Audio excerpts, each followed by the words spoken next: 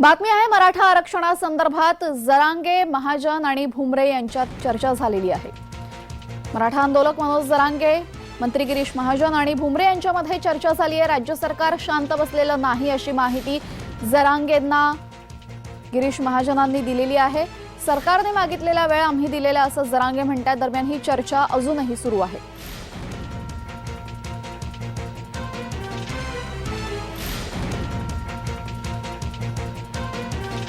जरांगे, गिरीश महाजन आणि संदीपान भुमरे यांच्यामध्ये चर्चा सुरू आहे।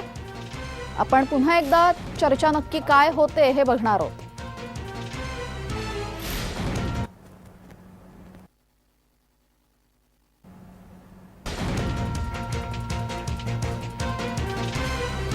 राज्य सरकार शांत बसलेलं नाही अशी माहिती आणि असा विश्वास गिरीश महाजन यांनी मनोज जरांगेंना दिलेला आहे। दरम्यान जरांगे यांनीही सरकारने मागितलेला वेळ आम्ही देतोय।